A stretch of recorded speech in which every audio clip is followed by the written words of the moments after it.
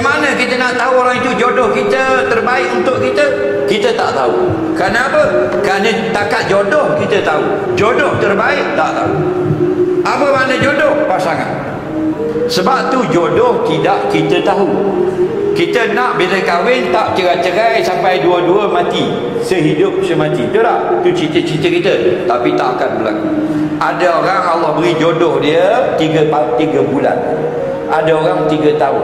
Ada orang 30 tahun. Betul tak? Ada orang 3 hari saja. Tengok bercerai-berai habis. Padahal masa dia kahwin tu seronok. Itulah. Sebab itulah kita tak tahu jodoh kita lama mana.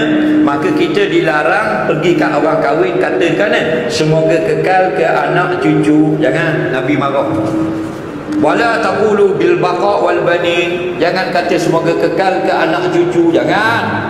Balkul, bahkan kata begini, barakallahu alaikuma, semoga Allah berkati perkahwinan berdua kamu. Allah yang tahu panjang mana jodoh. Faham? Ada orang kita jodoh dengan orang yang sangat kita bercinta saja 15 tahun bercinta. Dari tingkatan 4 sampai habis buat PhD bercinta. 15 tahun baru kahwin.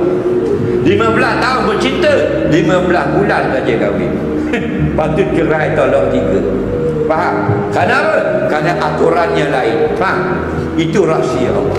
Tak, yang kita patut buat, cari yang terbaik. Itu saja. Bukan terbaik harta banyak, pakai menteri dan sebagainya. Yang lebih sayang kepada kita.